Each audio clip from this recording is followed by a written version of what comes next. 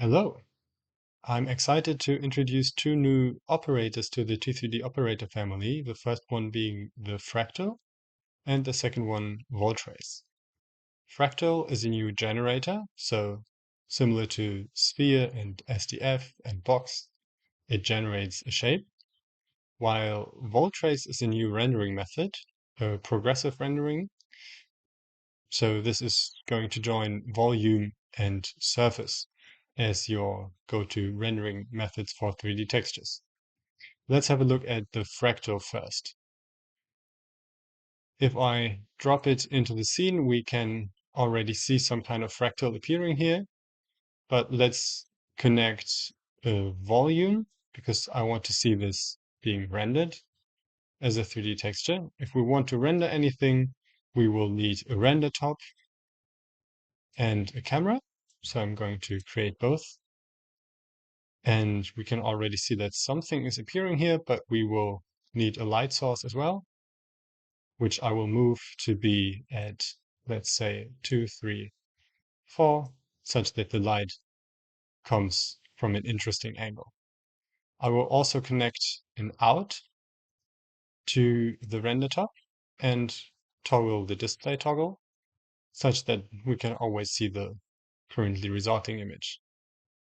The rendering is at quite low resolution, so I go to the render parameters and set its resolution with a small expression called monitors 0.width and respectively height, which is going to set the resolution here to my display's resolution.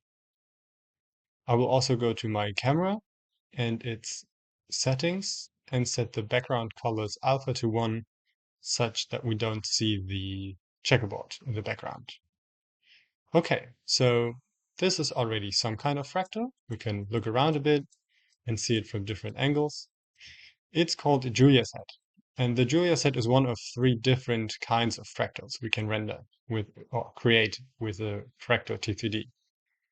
It's either Julia, Mandelbulb, or Iterative. Before we go into detail here, let's go to the common parameters and set the resolution to something decent. I could set this to maybe 128 in all 3 dimensions, and we already get some more detail here. But maybe I might even want to go to 256. But you will see that my frame count is going below 60 FPS, which I don't like. So I can actually make up for that by going to the volume T3D, which is the expensive process here, and go to its optimization parameters and set the light map's resolution scale to 0.5 and maybe even the light map step size to 2.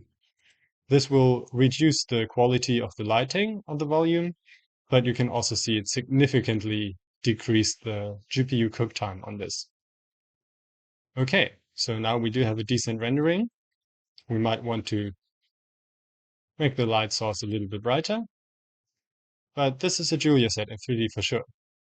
The Julia set is a very interesting fractal. It's based on mathematical formulas that are executed over and over again, and we kind of decide whether or not a point in space is part of the fractal or not, depending on whether that mathematical for loop goes to infinity or not.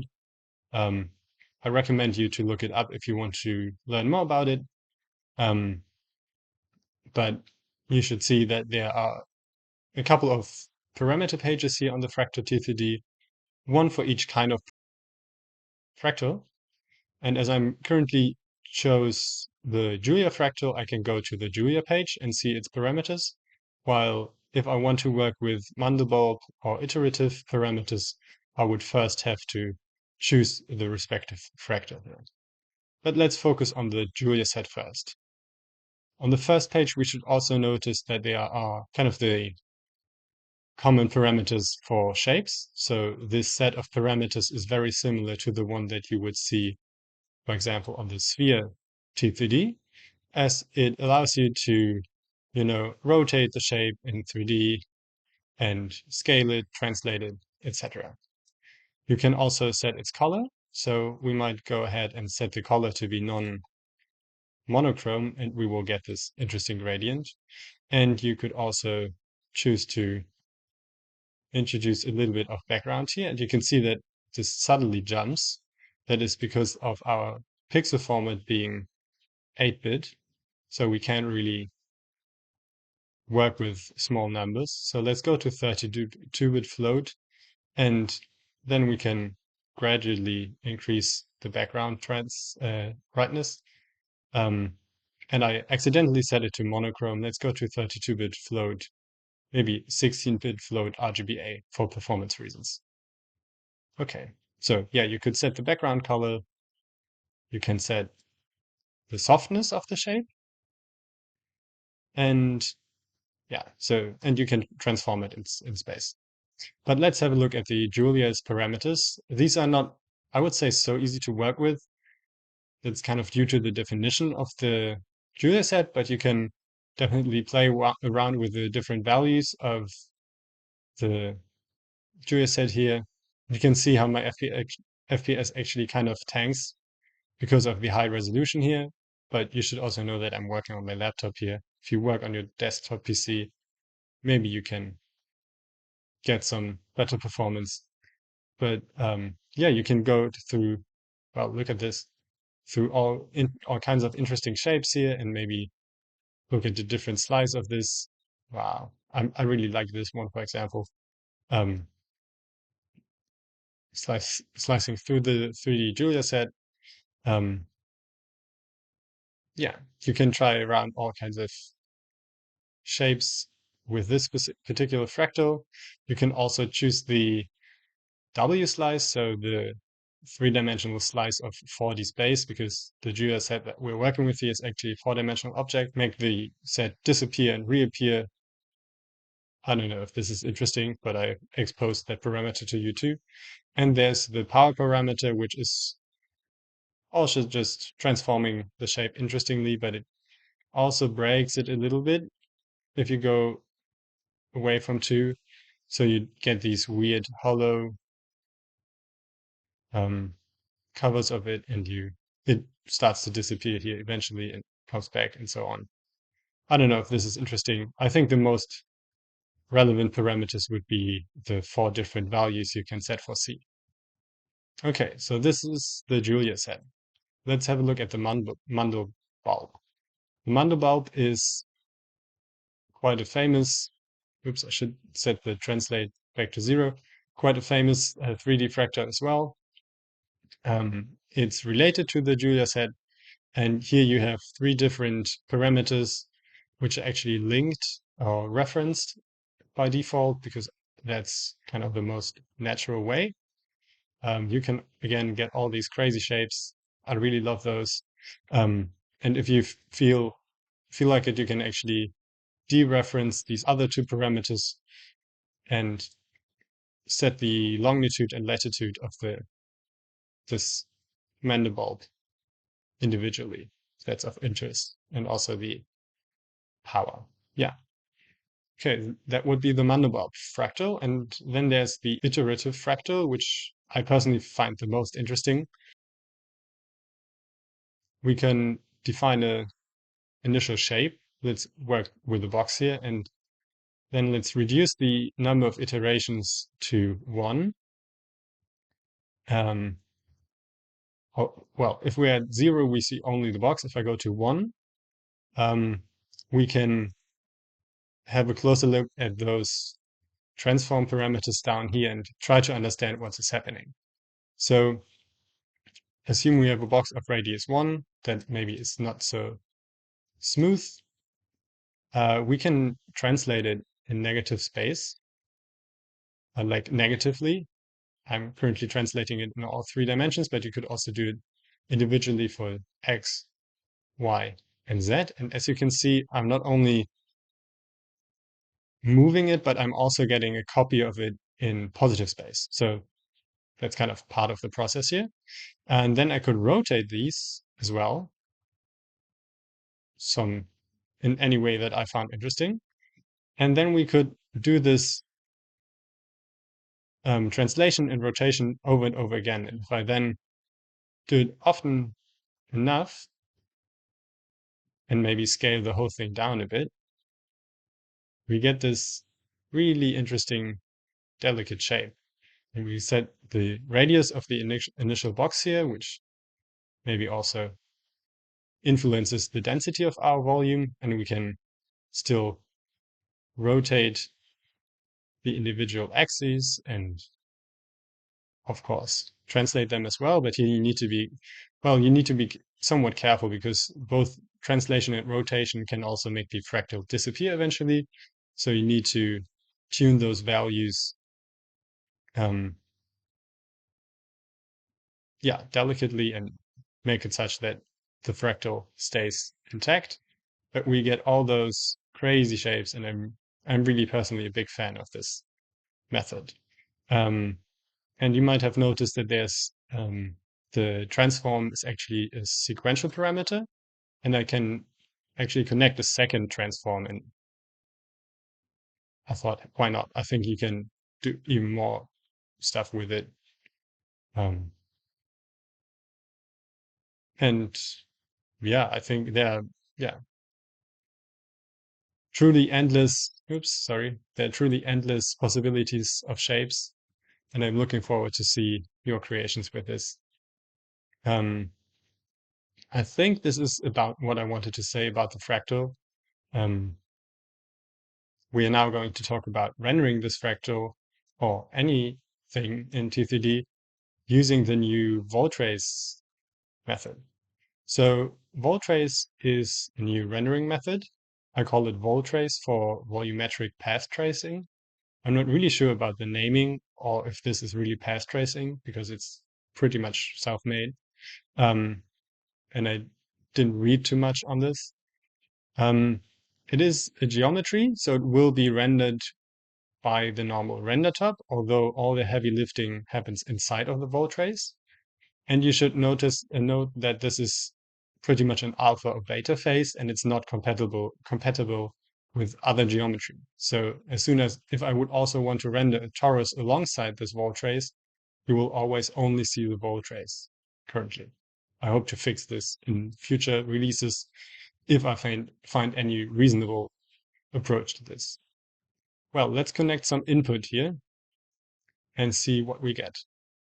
I will actually go ahead and reduce the background alpha to 0 here, such that our fractal is only the fractal itself and no background density. And I will also reset the color to be white. But yeah, this is maybe a good start. So where should I start with the Voltrace? The Voltrace is a progressive rendering technique. That means that, let me stop the timeline here. If I go ahead and reset this, you will get a very noisy image.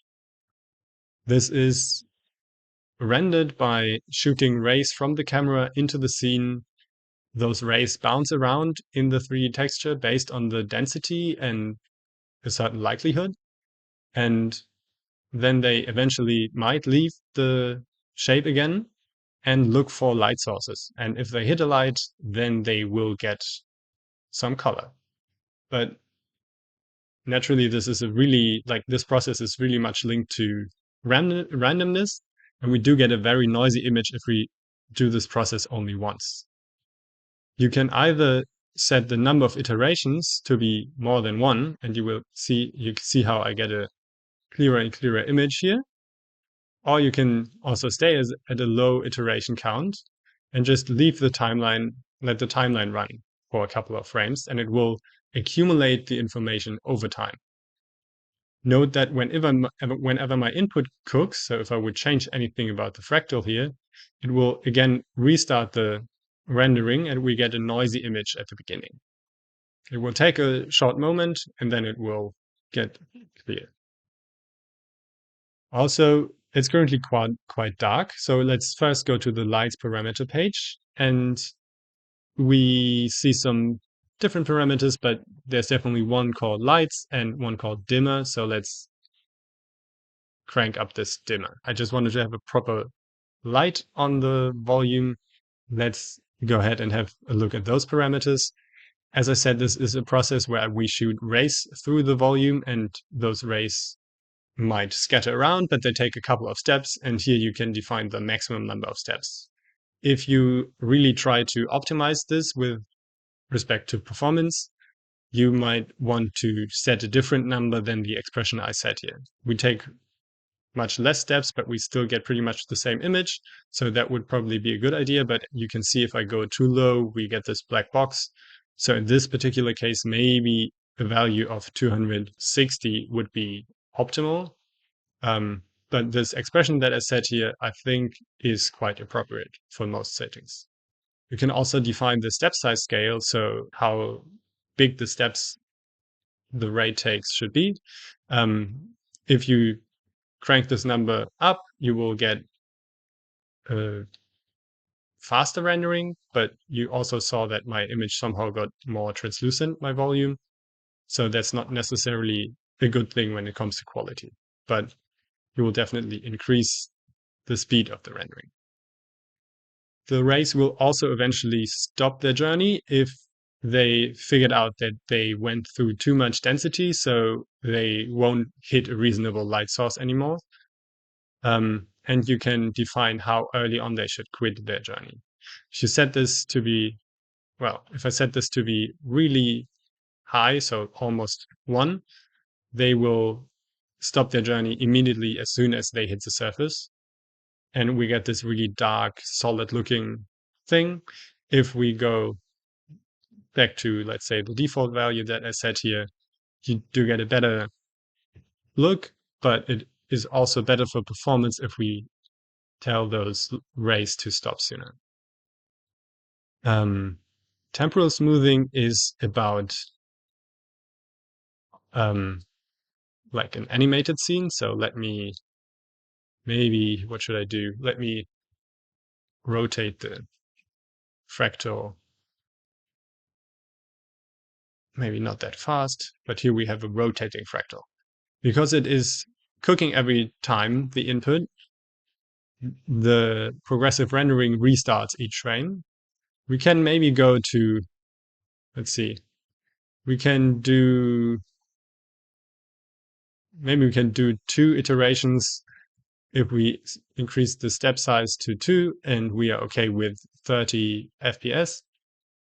So this is almost, but we still have a noisy image. And with temporal smoothing, we can interpolate between the last couple of frames, and the current frame, if we expect our input shape or our scene to only differ slightly. This might be a good approach to get a clearer image faster. So that's what this parameter is for. It's quite a naive approach, and I think I can optimize something about this in future releases. If you set this to 1, it will just stop. So potentially don't. But yeah, this is what temporal smoothing is about. To really make it clear, this is a really cheap feedback loop where I just use the cross-top to interpolate between the current image and the last image that was calculated. While we have an animated input, let's also check out the lock input parameter. This will just lock the input. So even though this is cooking every frame, I'm not restarting my progressive rendering each frame, but I can fix one specific frame or the current frame of the input. If you're interested in, just getting a better rendering from that specific frame. You can then set the density of your input, and this will actually also affect your rendering performance, because if the density is high, the rays will stop as soon as they hit the transmittance threshold, while if the density is low, they will just go on for the maximum number of steps potentially. So this also influences both the visual result and the performance. I will stop my rotating fractal here. So this is the density, and we can also set the absorption in red, green, and blue, which gives us the ability to have kind of a material that absorbs blue light stronger, hence reflects more red light and stuff. So I think this is really interesting as well. And then we have an aperture and focal length setting, which allows you to do, quite physical correct field of view, which will add even more noise to your scene, but also looks quite cool, I think. So if I would crank this all the way up, you see that only this small part of my fractal is in focus, while the rest is not. If I would set this focal length maybe to be here in front, that's even stronger. And then there's input smoothness, which you can pretty much ignore unless you really want to have a pixelated 3D texture. Yeah, and I should have maybe started with the fact that you need to reference a render top. Due to the way I render this with GLSL, the Voltrace needs to be aware of the render top. Yeah, so you do have to reference that, and you can choose a specific camera just in case of using multiple cameras in your camera top. You can choose a different one than the first one if you feel like it. Okay, now let's talk about the potentially more interesting side of things that is not about the optimization of this. I will turn off the aperture, but about the lighting. We have two light options. The first one being an environmental light. And here you can just use a movie file or like any texture, but potentially a movie file in, for example, our beloved cloudy ocean HDRI map. And I could link this in here, and it will render my fractal as if it would be surrounded by this scene. You can also set render environment on, and you will actually see how that fractal lives in space now. If you don't have any environment on, but still render environment, you will just get a black background. And then there's the second lighting option, which is lights. We are actually currently already using one light by default. And we can also toggle render lights, and then we will see how that looks like. A light will always be a rectangle. You can set its color as you please. And you can set a dimmer on the light to make it brighter or dimmer.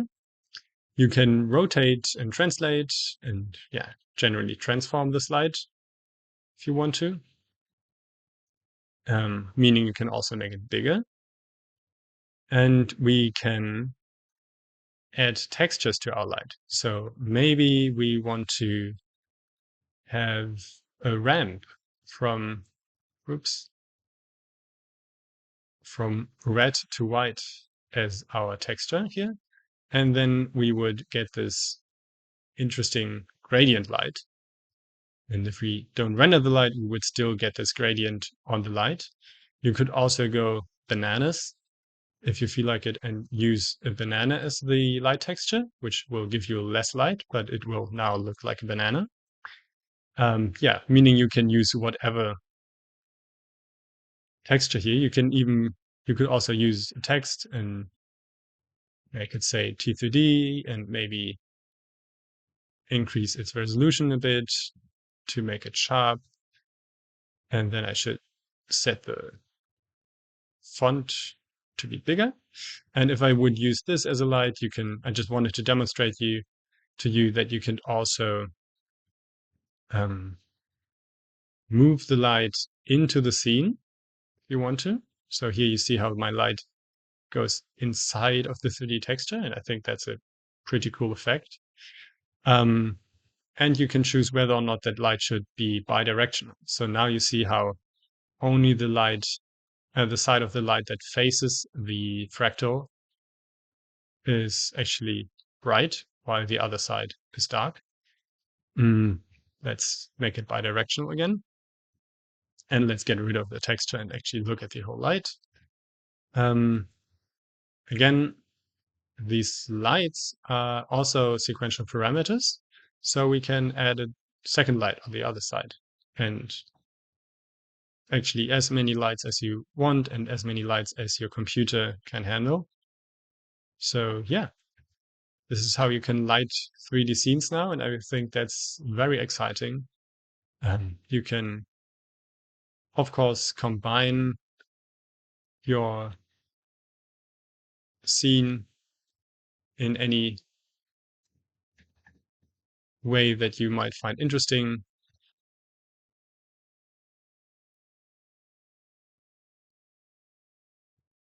Oops. Let's go back to 8. Here I'm adding a torus of a different color than my fractal, so it also is distinguishable color-wise. And there's one thing I should mention is that I made it such that if the color is negative, so how should I demonstrate that? Well, because my pre-multiply RGB by alpha is on here, I can just make the alpha negative. If my color is negative, so the values of the torus are actually at minus something, it will treat density as a light source. And I think that's pretty cool as well, because we can now use the torus to light the fractal. Yeah, we can do all these interesting things now. I'm really excited for that. So looking forward to see what you do with it. And I personally, maybe you want to then, like in the end, turn off render lights to get only the 3D texture and not the lights as a result. Yeah. I think this is everything I wanted to cover in this quick tutorial. There are some other news for T3D 1.12, or like there are some things I wrote it down in the release notes, which are now accessible on the, like if you right click on the T3D toggle, you can click release notes and see a little summary of what I added in each version. This is not complete, and I should definitely do some proper documentation eventually, but this is a little bit of it. And I should also mention that since we have POPs nowadays, or the experimental version, this has nothing to do with POPs, sorry, that there are more and more normal tops that actually support 3D textures. And this is pretty amazing because I did build a composite T3D, but that is a little bit hideous because there's no multi-input for components, so you always need to manually add more inputs and stuff. You can just now use the regular composite top, which is quite great. You can also, and this is actually recommended, use the regular blur top to blur your 3D textures. This is recommended because it is actually turns out to be way more efficient than my way of blurring 3D textures so far, my implementation.